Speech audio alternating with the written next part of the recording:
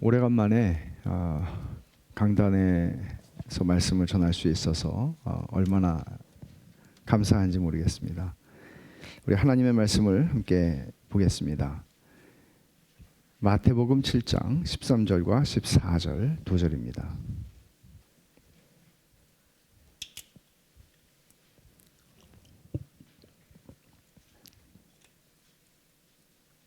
마태복음 7장 13절, 14절 두 절 말씀을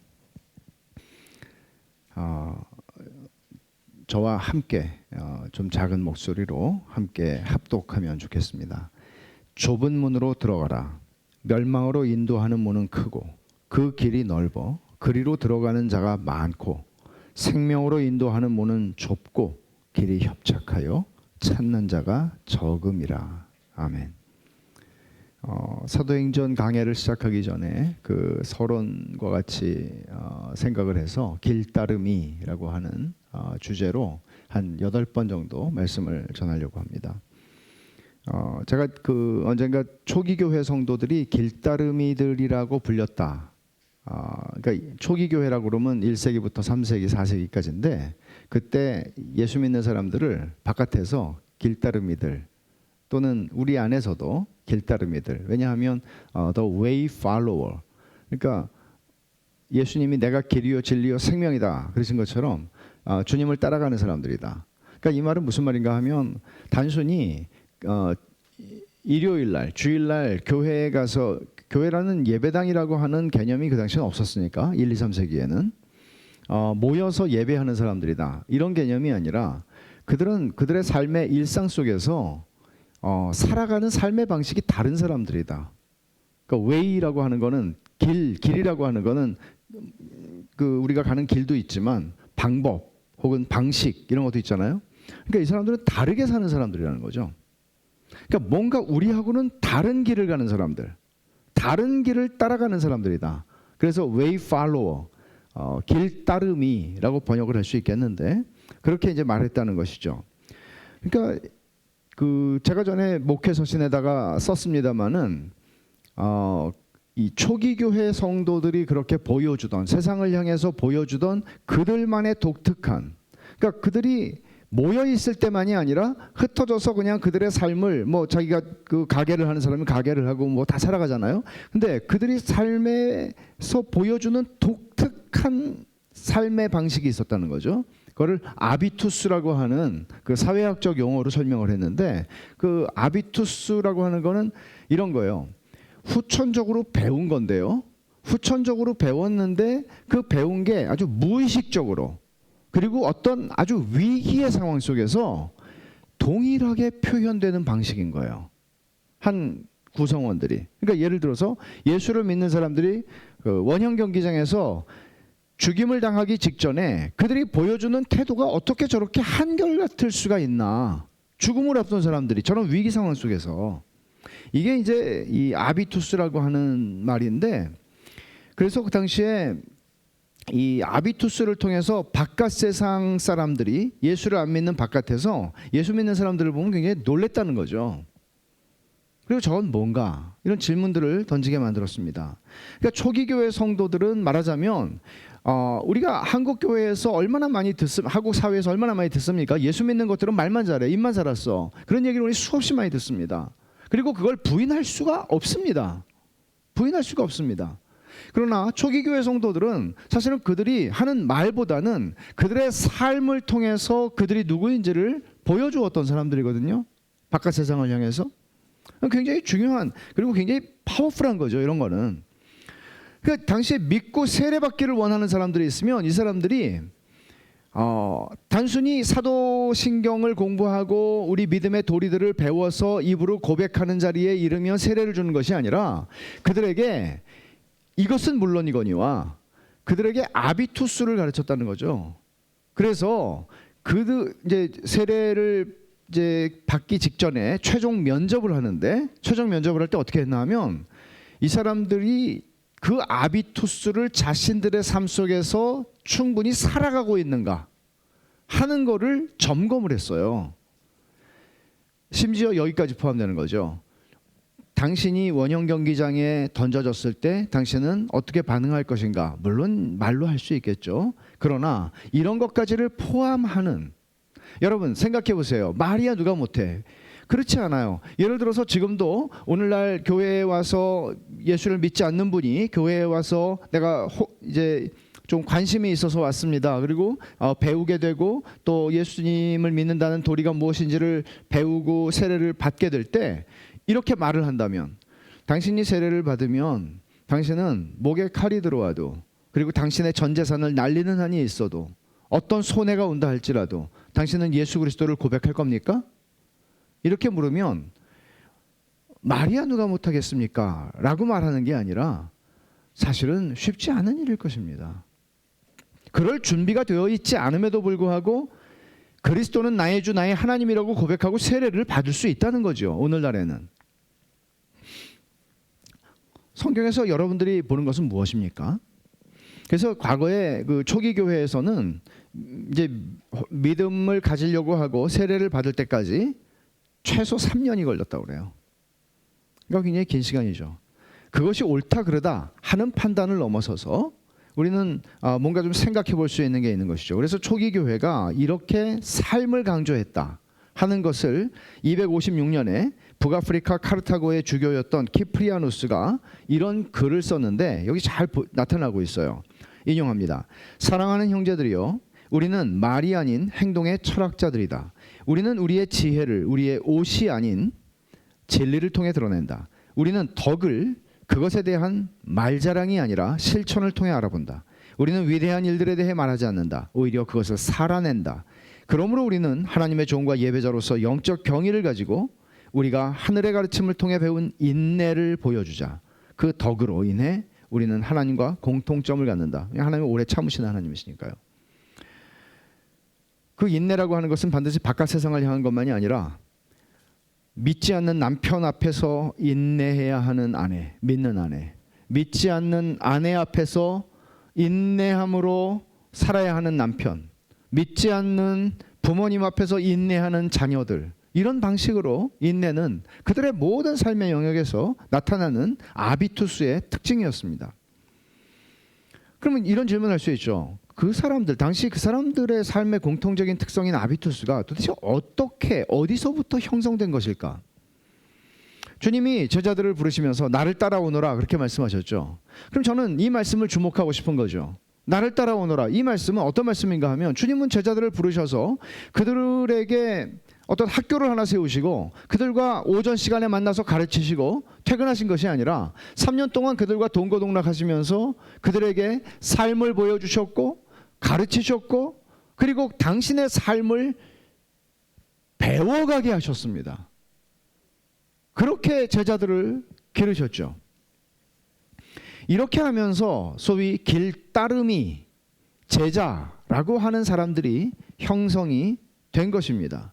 그들은 흡사, 주님은 십자가에 죽으시고 부활하시고 승천하셨지만 그들의 삶은 흡사, 바울이 말한 것처럼 내가 그리스도를 본받는 것처럼 너희는 나를 본받으라. 왜냐하면 그들은 그리스도를 본 적이 없으니까요. 그리스도를 보는 것 같은 그런 모습으로 그들은 닮아진 사람들이었다는 것이죠. 이렇게 해서 예수 그리스도의 제자들, 길따름이들의 역사는 지속이 된 겁니다. 질문을 드리겠습니다. 여러분은 그리스도의 제자입니까? 여러분은 나를 따르라고 말씀하신 주님을 따라가고 있는 제자입니까? 저는 여러분들이 교회를 다니느냐를 묻는 것 아닙니다. 어떤 직분을 가지고 있느냐 하는 것을 묻는 것도 아닙니다. 그리스도와 그의 길, 주님이 말씀하신 길, 주님이 걸어가신 길을 따라가고 있냐고 묻는 것입니다. 그렇게 지금 살고 있냐는 것입니다. 어떤 사람들은 제자와 신자를 구분합니다. 그러나 그렇게 성경적인 근거를 가지기는 어렵습니다. 제자는 그리스도를 따르는 사람이라면, 길따름이라면, 신자는 그리스도를 믿는 사람입니다. 그리스도를 믿는 사람이 그리스도를 따라가지 않는다? 안 믿는 것입니다. 그리스도를 따르는데 그리스도를 믿지 않는다?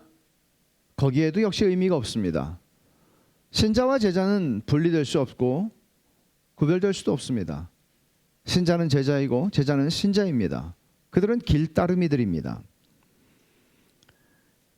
그래서 여러분들에게 그리스도의 제자냐, 진정한 길따름이냐라고 묻는 것입니다. 오늘 본문은 그리스도의 제자냐, 진정한 길따름이인지를 가늠하는 중요한 지표를, 증거를 한 가지 제시합니다. 좁은 문으로 들어가는가, 좁고 협착한 길로 걸어가고 있는가 하는 것입니다.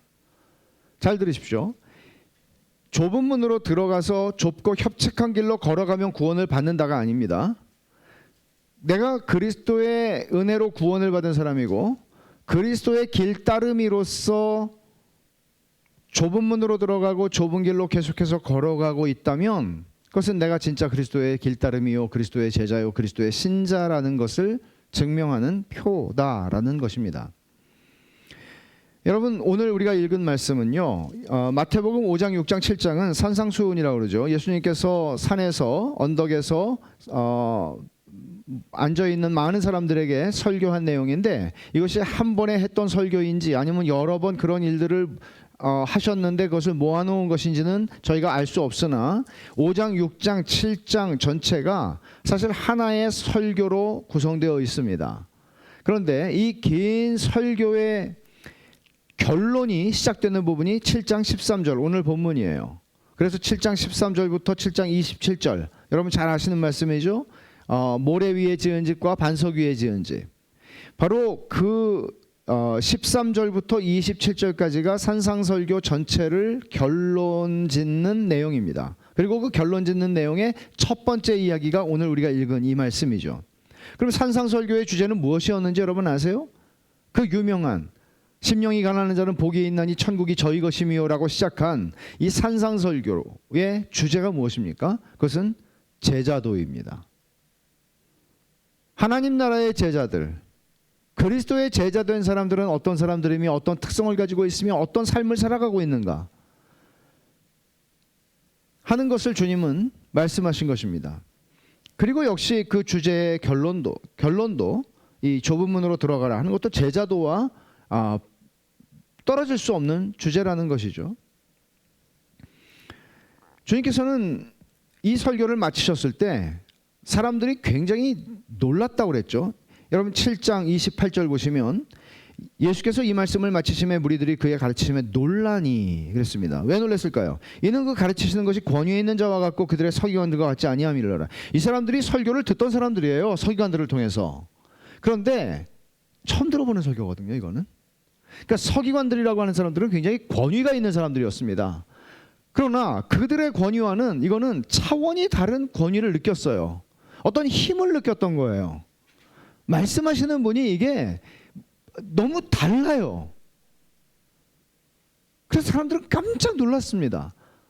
하지만 그러니까 말하자면 주님의 설교에 대해서 사람들은 찬사를 낼 수 있었다는 얘기죠.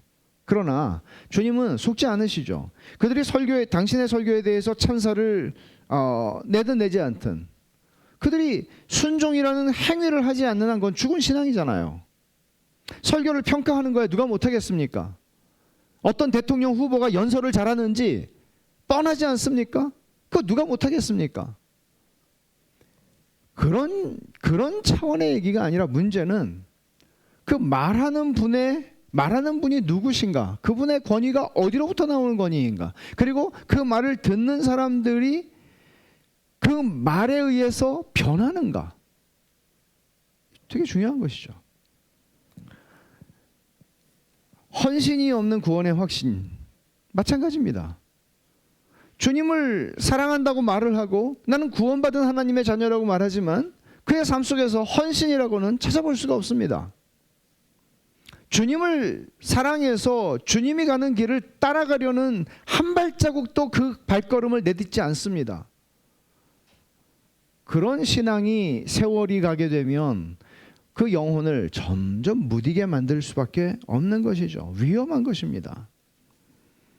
그래서 진정한 길따름이는 듣기만 하는 사람이 아니라 행하는 사람이다. 그걸 이제 결론에서 하신 거예요. 결론에서 좁은 문의 얘기, 또 반석 위에 지은 집, 모래 위에 지은 집의 얘기, 또는 거짓 선지자들에 대한 얘기, 이 모든 것들은 결국은 네가 그래서 행할 것인가 하는 문제를 강조하고 있다는 것이죠. 좁은 문에 대한 이야기도 마찬가지입니다. 오늘 이 짧은 2절의 본문에는 좁은 문, 넓은 문이, 큰 문이 나오고 또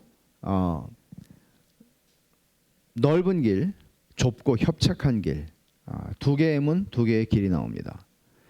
이것은 제자의 삶의 방식은 어떤 것인가를 주님이 극명한 대조를 통해서 설명하시고자 하시는 것이죠.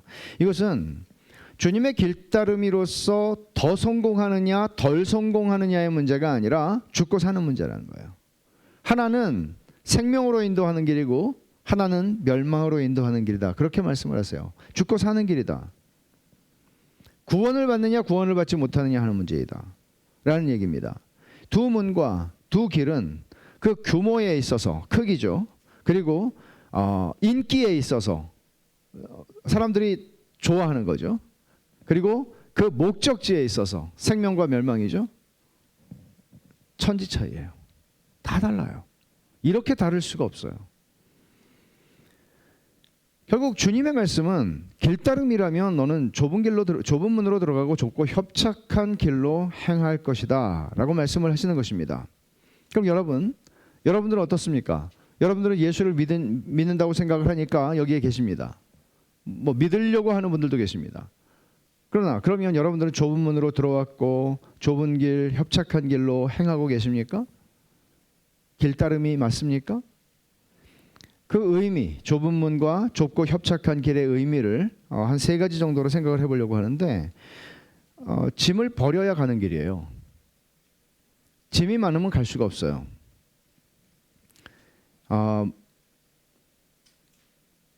예수님께서 여기 말씀하실 때 멸망으로 인도하는 문은 크고 그 길이 넓어 그리로 들어가는 자가 많다라고 말씀하셨을 때 보통 이제 예수님 당시에 1세기에도 도시들이 있었죠.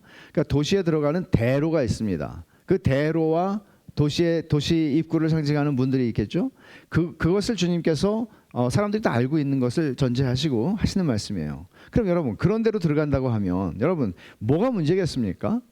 뭐 나귀도 들어갈 수 있고 말도 들어갈 수 있고 또 내 재산이 아무리 많다 한들 재산도 다 싣고 들어갈 수 있습니다.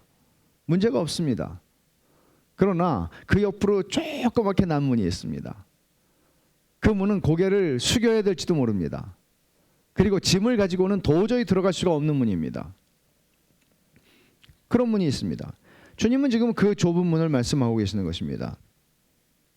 그리고 좁은 문으로 들어가서 좁고 길이 협착한 길이 계속 나 있는 것입니다.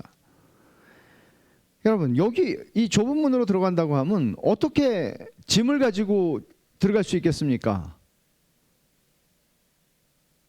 어쩌면 두꺼운 외투를 벗어야 될지도 모르죠. 그러나 여기에 생명의 길이에요. 그럼 들어가야 되잖아요. 부자 관리가 한 번은 예수님에게 와서 내가 무엇을 하여야 영생을 얻으리까 물었죠. 그때 우리가 다 알다시피 예수님은 굉장히 평상시와는 좀 다르게 굉장히 과격하고 좀 센 말을 그 사람에게 하셨습니다. 내게 아직도 한 가지 부족한 것이 있으니 내게 있는 것을 다 팔아 가난한 자들에게 나눠주라. 그리하면 하늘에서 내게 보화가 있으리라. 그리고 와서 나를 따르라. 분명히 주님의 이 말씀의 핵심은 뭔가 하면요, 제자들을 부르신 것처럼 나를 따르라고, 주님이 이 사람을 제자로 삼으려고 나를 따르라고 말씀하신 거예요.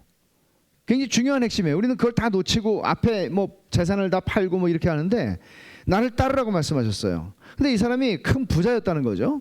관리였고요, 젊었고요, 부자였어요. 큰 부자였어요. 이 말씀을 듣고 심히 근심했다고 그러는 거예요. 근심한 거예요. 근데 그 근심하는 그 사람을 보고 주님이 또 말씀하시죠. 재물이 있는 자는 하나님의 나라에 들어가기가 얼마나 어려운지 낙타가 바늘귀로 들어가는 것이 부자가 하나님의 나라에 들어가는 것보다 쉬우니라. 낙타가 바늘귀로 들어가겠습니까? 못 들어가죠.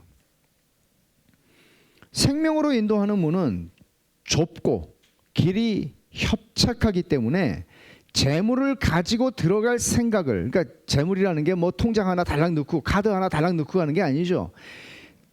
내 소유, 내 재산, 내가 귀중히 여기는 것들을 다 짊어지고 거기를 들어갈 수가 없는 거예요. 당연하죠. 여러분 그 미국의 테네시주에 채터누가라고 하는 곳이 있는데 거기 한번 가족들이 휴가를 간 적이 있어요. 거기에 보면 큰 바위 두 개가 딱 붙어 있는 데가 있거든요. 거기에 입구에 뭐라고 썼나 하면 needle's eye, 바늘귀라고 써 있어요. 거기를 제가 사진을 보여드리려고 했는데 하여간 사진은 나중에 밴드에다 올릴게요. 저 같은 사람이 간신히 지나갈 수 있는 거예요. 잘못하면 껴요 거기에. 그러면 그 바늘귀를 딱 보면은 이건 뭘 가지고 못 가는구나. 그건 단박에 아는 거죠. 지금 주님이 말씀하시는 거는 나를 따르라고 말씀하실 때 나를 따르는 길이 어떤 길인지 지금 설명하시잖아요. 좁은 문으로 들어가는 거고 그 길이 좁고 협착하다. 그렇게 말씀을 하시는 거죠.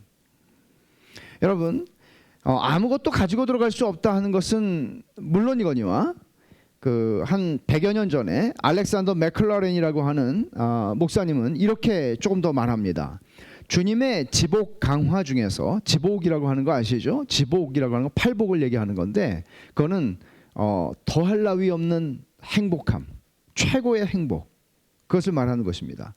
지복 강화, 주님의 산상설교 중에 팔복 강화를 얘기하는 거죠. 팔복 강화 중에 처음 두 개의 지복은 좁은 문의 양편에 세워진 두 개의 기둥이다, 이렇게 얘기를 해요. 그러면 여러분 이 팔복 중에서 처음 두 개가 뭐죠? 심령이 가난한 자는 복이 있나니, 그 다음에 애통하는 자는 복이 있나니, 그랬죠? 그러면 이 두 개의 복은 좁은 문의 양쪽에 세워진 기둥이라는 거죠. 그러면 이분은 이렇게 설명합니다. 심령이 가난하다는 것은 내가 하나님 앞에서 영적으로 파산한 존재, 영적으로 망한 존재, 영적으로 망한 존재라는 것을 인정하는 것.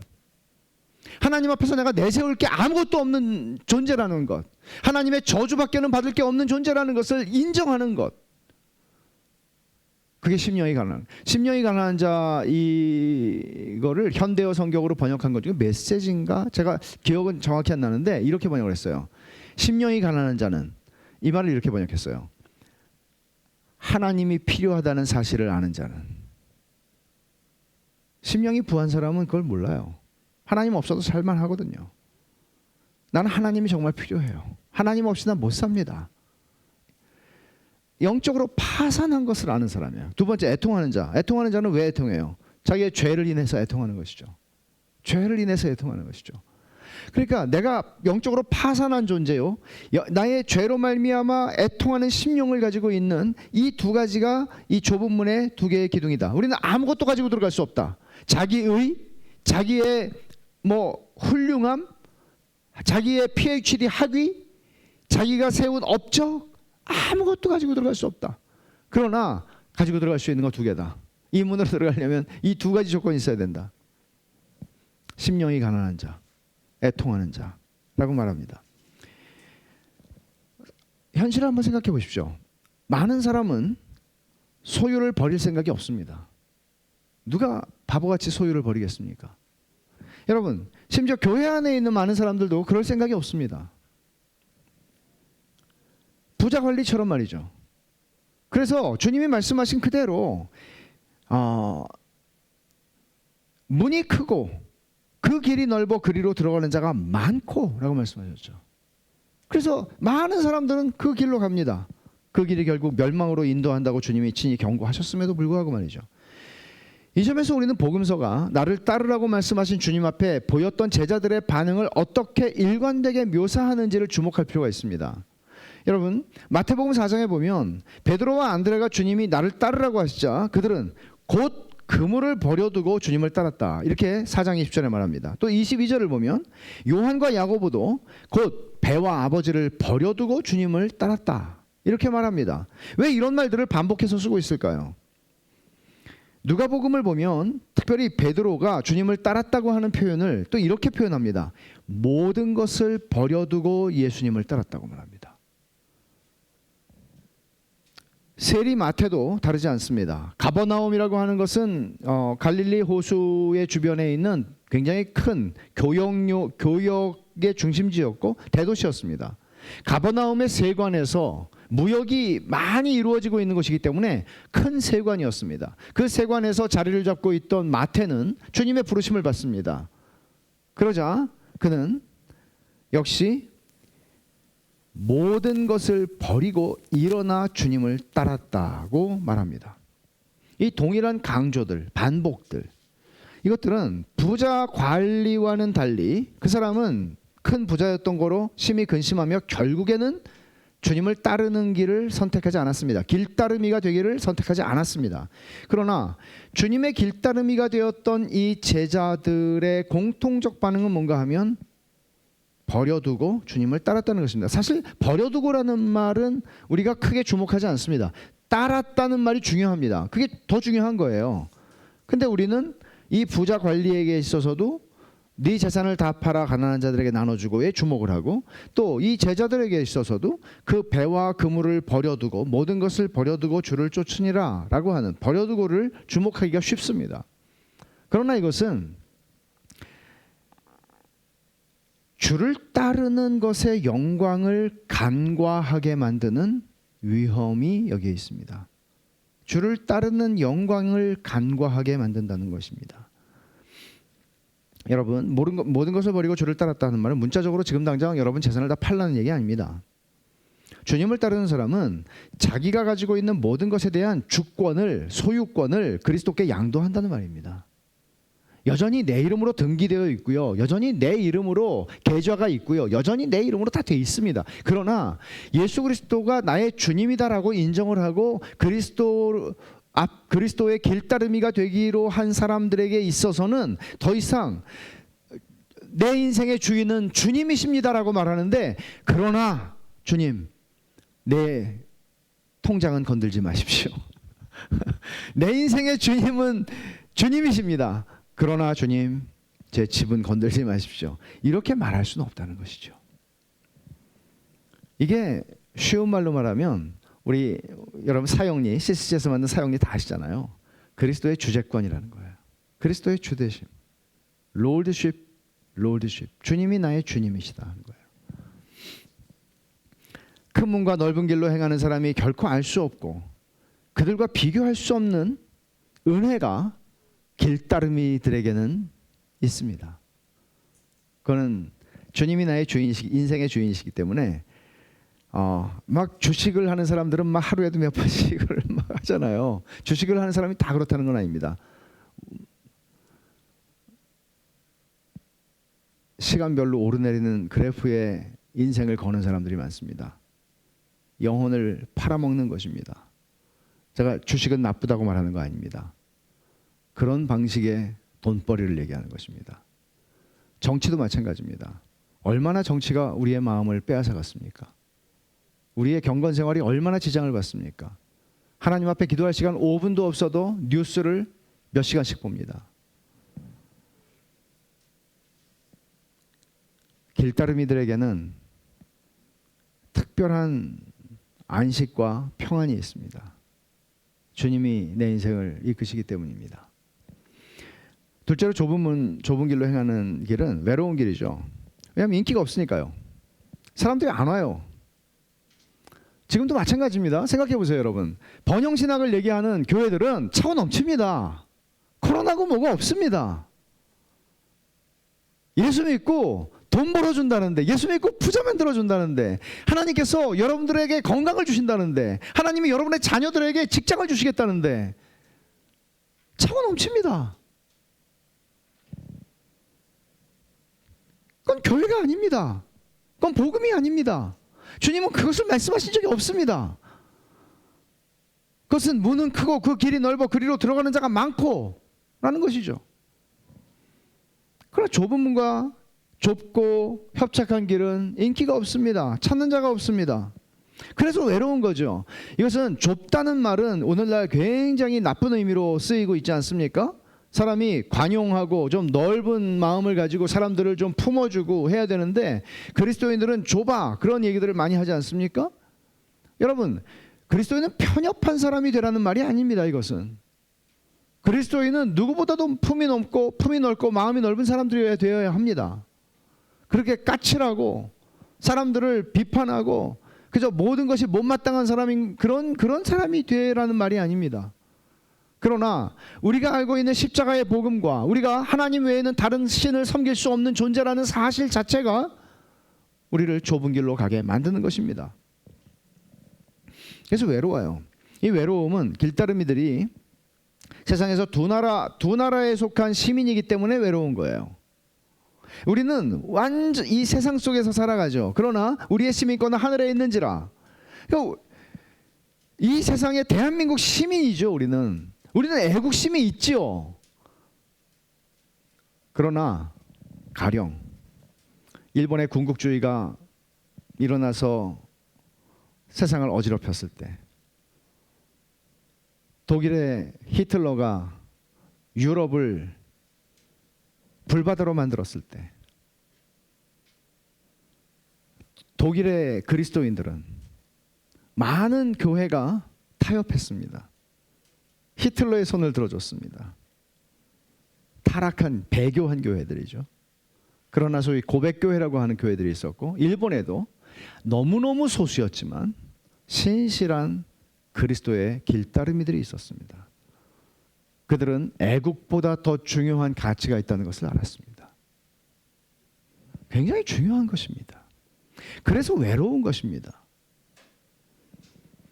우리는 하나님 나라의 시민이기에 하나님 나라의 시민으로서 살아가는 이 의식이, 말하자면 그냥 이론이 아니라 여러분이 어느 나라에 가서 사시든지 간에 나는 한국 사람이다 하는 게 떠날 수 없는 의식이잖아요. 우리 속에 있는 의식이잖아요. 그리고 운동 경기를 하든 뭘 하든 우리는 한국을 응원하게 되어 있잖아요.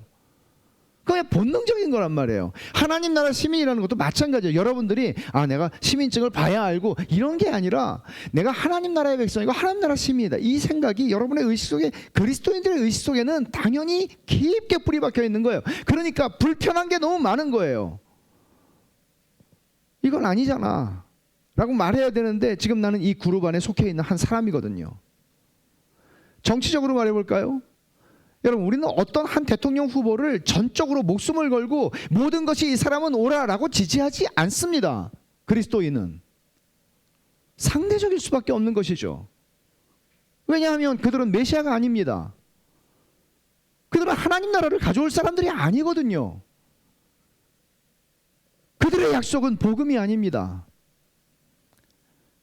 여러분, 얼마든지 여러분들은 어떤 정당에 가입해서 당원이 될 수 있습니다. 그리스도인이라고 당원이 되지 못하는 건 아닙니다. 그러나 그 속해 있을지라도 여러분들은 온전하게 전폭적으로 내 모든 생각과 사상과 모든 의식을 다해서 동조할 수는 없습니다. 왜냐하면 어떤 것들에 대해서는 우리에게는 하나님 나라의 절대적인 기준이 존재하기 때문입니다.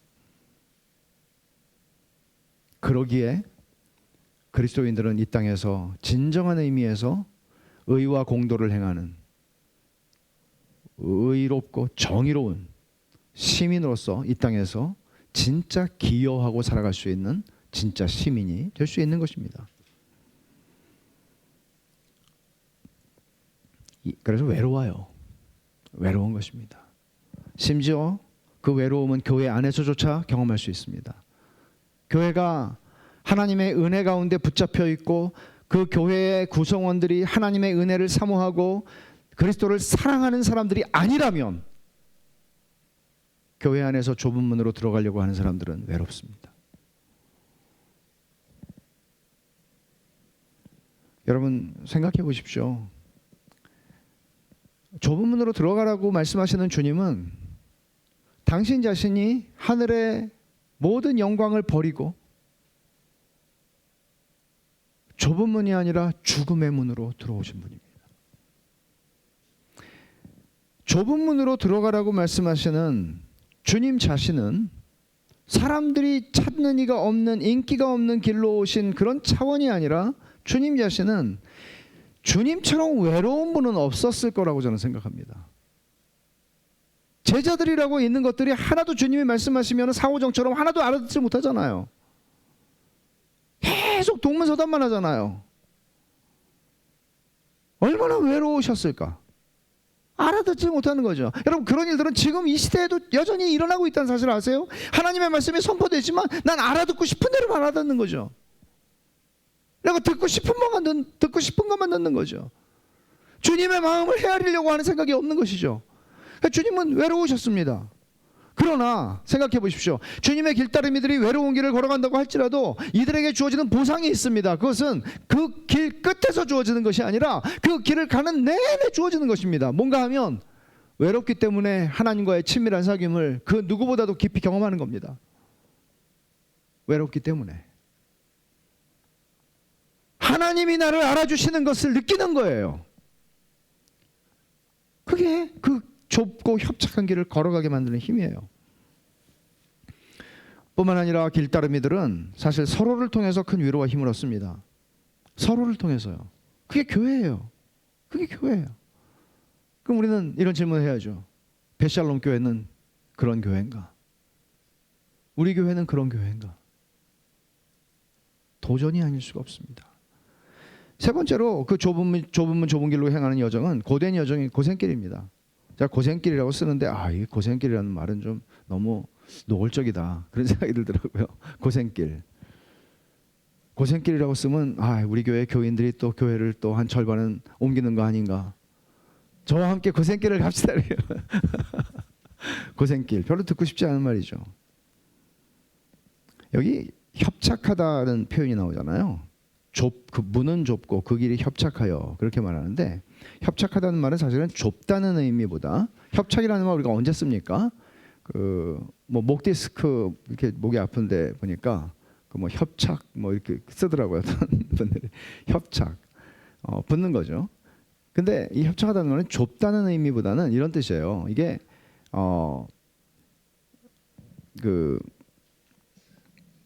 막 옛날에 보면 추석이나 설날 뭐 서울역이나 이런 데서 막 사람들 막 밀려서 가다가 죽잖아요. 떨어져서 막 그런 사고가 번번이 벌어지잖아요.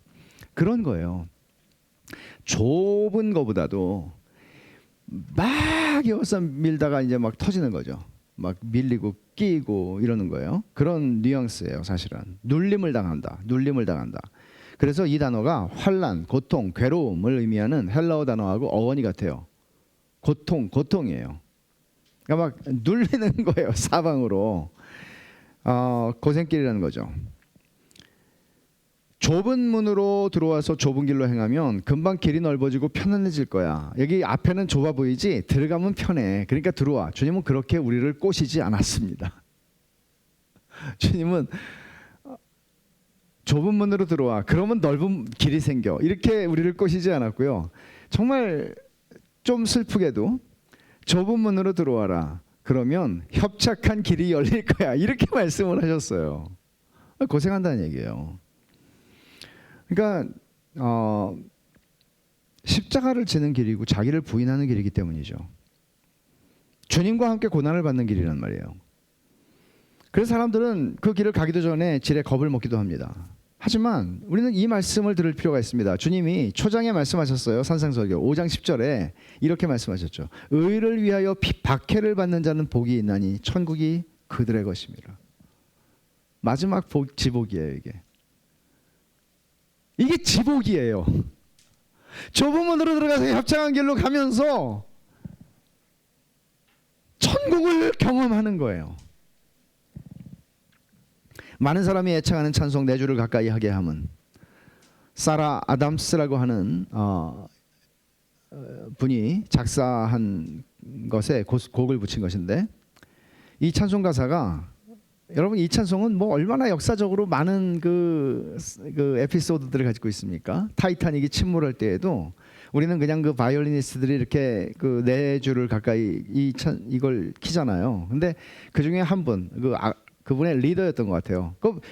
늘 이 노래를 연주하지 않았거든요. 저는 술 마시고 뭐 사람들이 즐기고 하니까 그냥 즐거운 것들을 연주하다가 그 중에 한 분이 굉장히 경건한 분이었다고 그래요. 경건한 신자였대요. 그래서 그분이 마지막까지 이것을 연주했다고 그러는데 많아요. 이 찬송과 얽혀 있는 그 이야기들이. 근데 이 가사를 가만히 보면 주님의 말씀, 오늘 주님의 말씀을 그대로 고백한 말씀이에요. 내 주를 가까이 하게 하면 십자가 짐 같은 고생이나. 여러분 보세요. 주님을 더 가까이 하고 싶으시죠, 여러분? 더 가까이 주님을 가까이 하고 싶으시죠? 싫으세요? 그럼 오늘 여기 왜 계세요? 주님을 가까이 하고 싶죠. 누구보다도 주님과 가까이 가고 싶죠. 근데 그 십자가 짐 같은 고생이래요. 내 일생 소원은 늘 찬송하며 주께 더 나아가기 원합니다. 내 고생하는 것 옛 야곱이 돌베개 베고 잠 갔습니다. 꿈에도 소원이 늘 찬송하면서 주께 더 나아가기 원합니다. 3절 가사 천성에 가는 길 험하여도 생명길 되나니 은혜로다. 천사날 부르니 늘 찬송하면서 사실은 주께 더 나가기 원합니다. 이게 제일 중요한 후렴 가사거든요. 주께 더 나가기, 주께 더 가까이 가고 싶습니다. 주께 더 가까이 가고 싶습니다. 근데 그게 십자가 짐 같은 고생이고 험하고 좁은 길이라고 말하는 것이죠. 근데 생명길이라서 그게 은혜입니다. 내가 지금 이 길을 가고 있는 게 은혜입니다, 주님. 이 고백을 하는 거예요. 이 찬송의 내용이에요. 어떻게 이 길을 걸어갈 수 있을까요? 용기와 인내가 있어야죠. 이 용기와 인내는 어디서 나오는 것입니까? 그게 주님이 주신 믿음의 특성이에요. 용기와 인내는. 그래서 이 믿음이라는 것은요, 우리의 인생 속에서 이렇게 작동해요. 믿음이 있다는 것은 겁은 점점 줄어들고 용기는 점점 늘어나는 거예요. 겁이라는 게 있잖아요. 사람이 겁이 있잖아요. 겁. 근데 그 겁이 점점 줄어들어요. 믿음이라는 거는 그래요. 주님께서 바다의 풍랑을 보고 두려워하는 제자들에게 너희들을 왜 이렇게 두려워하느냐 이렇게 말씀하실 꾸짖으실 때 그 두려워하느냐는 거는 보통 그 사용하는 두려워하다 그런 단어를 쓰질 않았어요. 왜 이렇게 겁을 먹었어 이렇게 말하는 거예요. 그리고 믿음이 적은 자들아 말하세요. 믿음이라고 하는 것은 겁을 줄어들게 하고 용기를 늘어나게 하는 것이에요. 그러니까 초기 교회 성도들이 세상을 놀라게 했던 그들의 그 아비투스의 특징, 인내, 그것은 믿음의 특성이었던 것이죠. 그래서 사람들이 초기 교회 성도들을 보면서 이렇게 스스로 질문한 거예요. 어떻게 이 인간들은 저 죽음과 비참함에 처해짐에도 불구하고 인내로 그 비참한 좁은 길을 걸어갈 수 있지? 이 인간들은 도대체 뭐지? 근데 그 사람들은 이게 생명길인 걸 알았던 것이죠. 생명길이라는 얘기는 여기서 생명이라고 하는 말을 어떻게 설명하나 하면 생명은 우리가 마지막에 받게 되는 상이 아니라 물론 그거예요. 일뿐만 아니라 이 땅에서도 우리가 살아계신 하나님과 누리는 친밀한 사귐이에요. 이걸 경험하는 거죠. 주님이 이 고생길을 친히 오셔서 걸어가심으로써 우리를 구원하여 내셨는데, 그리고 그 주님이 우리한테 말씀하세요. 따라와.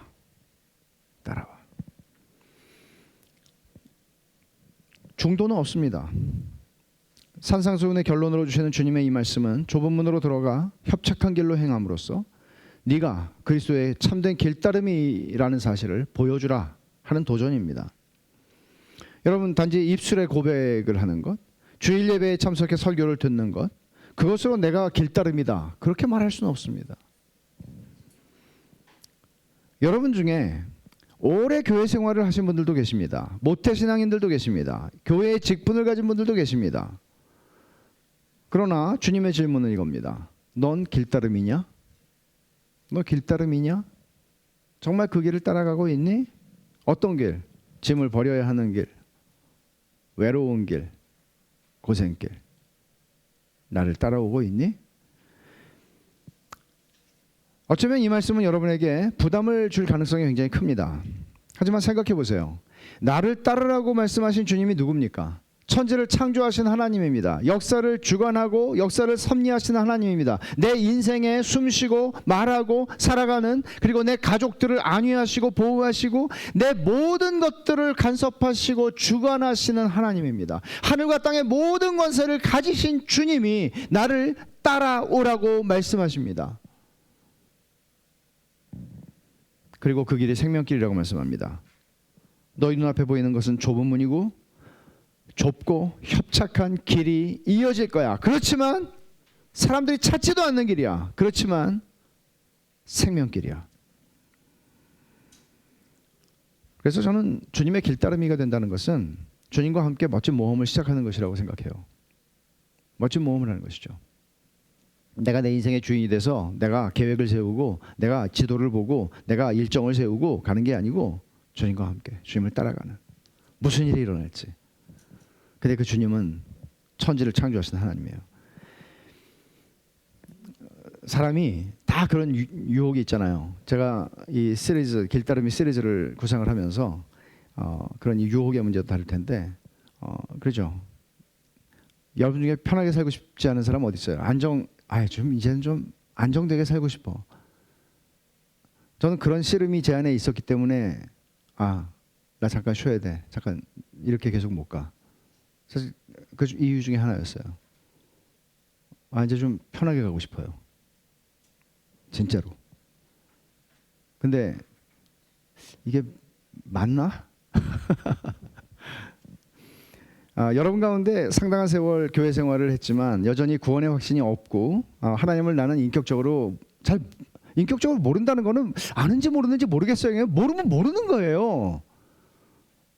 아는지 모르는지 모르면 모르는 거지, 아는지 모르는지 모르는데 알 수가 있어요? 그건 모르는 거죠. 교회 생활 오래 했는데 나는 모르겠다. 구원의 확신도 모르겠다. 그런 분들이 계실 겁니다. 그럼 질문할게요. 왜 오래도록 교회 생활을 했는데도 그런 걸까요? 왜 그럴까요? 문제가 뭘까요? 한 가지 이유를 말씀드리죠. 많은 이유들이 있겠지만 개인적으로도 한 가지 이유를 말씀드리죠. 그것은 여러분이 주님을 신뢰함으로 좁은 문으로 들어가 좁고 협착한 길로 가본 적이 한 번도 없기 때문입니다. 주님을 신뢰해 본 적이 없어요. 주님을 경험할 기회가 없었어요. 한 번도. 다 내 판단과 내 주관과 내 생각과 내 계획을 따라서 내가 살아왔어요. 한 번도 전적으로 주님을 신뢰하고 벼랑 끝에서 떨어질 수 있는 한 번도 해본 적이 없어요. 도널드 맥컬로우라고 하는 분이 이런 말을 합니다. 주의 깊은 관찰을 하려면 연구 방식이 연구 대상과 일치해야 한다. 천문학자는 망원경을 가지고 별을 관찰하고, 생물학자는 현미경으로 세포를 관찰하고, 사회학자는 조사와 면담을 통해 인간의 행동 양식을 발견하며, 정신병리학자는 깊은 대화를 통해 잠재의식을 연구한다. 그리고 기독교인은 스스로를 예수 그리스도에게 의탁함으로써 하나님의 자기 계시에 주목하게 된다. 여러분, 예수님을 따라가는 것이 아니면 여러분이 한 발자국이라도 따라가지 않는 한, 주님을 신뢰함으로 좁은 문으로 들어가지 않는 한, 좁고 협착한 길로 행하지 않는 한, 여러분들은 100년을 예배당 안에 앉아 있었어도 예수 그리스도를 모릅니다. 경험할 수 없습니다. 예수 그리스도는 자연과학자들이나 사회학자들이 연구하는 방식으로 연구할 수 있는 대상이 아니기 때문입니다.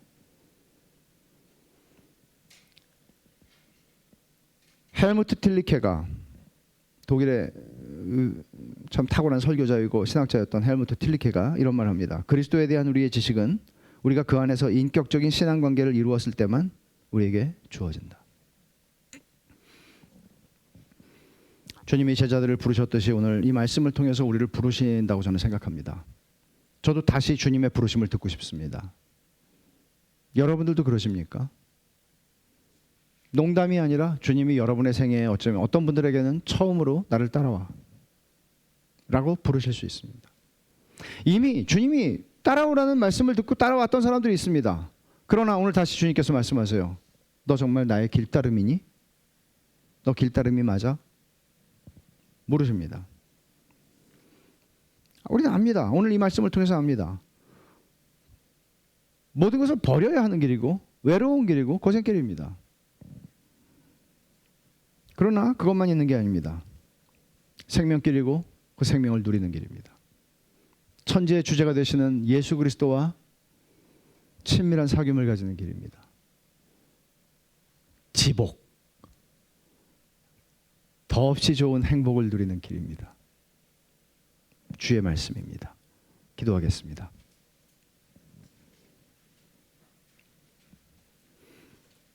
여러분, 이 말씀을 우리가 함께 들었습니다. 여러분, 버릴 것을 한번 생각해 보십시오. 버릴 것만 있는 거 아닙니다. 주님이 주시는 약속이 있습니다. 얻을 게 있습니다. 생명입니다. 외로운 길입니다. 하지만 주님과의 말할 수 없는 깊은 사귐을 누릴 수 있는 길입니다. 고생길입니다. 근데 생명길입니다. 그래서 은혜입니다. 여러분 중에 누가 여러분의 인생을 스스로 핸들할 수 있는 사람 있습니까? 없습니다. 우린 주님이 필요합니다. 주님이 약속하시죠. 나를 따르라고 하는 주님의 말씀은 이런 말씀이에요. 내가 네 인생 책임져 줄게. 내가 네 인생 책임져 줄게. 네 재산이 너를 책임져 주는 거 아니고, 네 명예가 너를 책임져 주는 거 아니고, 네 자존심이 너를 책임져 주는 거 아니고, 내가 네 인생을 책임져 줄게. 나를 따라와. 내가 너를 책임져 줄게. 자기만을 위해서 사는 인생의 이 헛된 그 쳇바퀴를 벗어날 길이 없어요.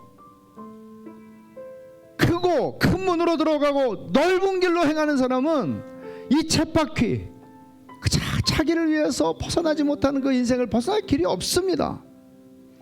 우리가 하루를 살아도, 이틀을 살아도, 하나님이 내게 한 달의 생명을 주셔도 그 생명을 가지고 내가 의미 있게 주님을 섬기다가 이 생명을 누리다가 주님 앞에 가겠습니다. 그런 고백을 하면 좋겠어요.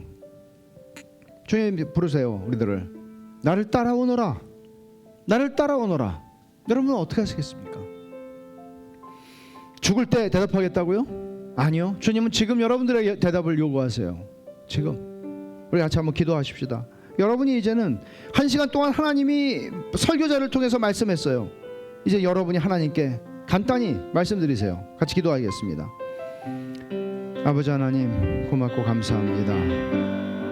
나를 따라오느라고 주님 저희들을 불러주시는 은혜를 감사합니다. 오늘 주님이 저희들을 나를 따라오라고 주님 저희들을 불러주시는 이 부르심이 얼마나 영광되고 저희들에게 얼마나 은혜인지 알 수가 없습니다. 주님, 저를 불러주시다니요. 주님, 저를 불러주시다니요. 저 같은 인생을 다시 불러주시다니요. 주님, 제가 이 길을 가기를 원합니다. 좁은 문으로 들어가서 좁고 협착한 길로 제가 가겠습니다. 주님과 더불어 가겠습니다. 주님, 이 길이 생명의 길인 줄 알기에 은혜입니다. 주님, 제가 주님과 더 가까워지기를 원하고, 아버지 하나님, 주님께서 모든 하늘의 영광을 버리고 오신 것처럼 주님, 저는 그것과 비교할 수도 없사오나 주님, 제가 이 길을 가기 원합니다. 주님, 주님과 더 가까워질 수 있다면 주님, 제가 이 생명의 길을, 외로운 길일지라도 고생길일지라도 이 길을 가기를 원합니다.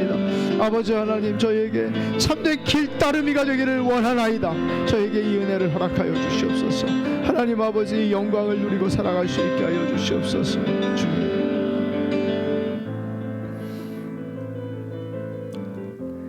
아버지 하나님, 고맙고 감사합니다. 너희는 나를 따라오라. 나를 따라오너라. 주님, 저희들에게 이런 영광스러운 부르심을 주셔서 감사합니다. 옛날에 들었었는데 오늘 다시 주님이 나를 따라오라고 저희들을 불러주셔서 감사합니다. 하늘의 모든 영광을 버리고 이 땅에 오셨고 외로운 길, 고난의 길을 가심으로써 저희들을 구원하시고 하나님의 자녀가 되게 하셨는데 주님은 나를 따라오라고 저희들을 또한 이 영광의 길로 불러주시는 것을 감사합니다. 하나님 아버지, 모든 것을 버리는 것이 아니라 얻는 것이며, 외로운 것이 아니라 하나님과의 친밀한 사귐 속으로 들어가는 것이며, 고생길이 아니라 생명길이 되는 줄 알기에 은혜임을 알고 기쁨으로 영광스럽게 주님의 길 따름이가 되기를 원합니다. 주님, 이 고백, 이 믿음의 고백을 받아주시옵소서. 예수님의 이름으로 기도하옵나이다. 아멘.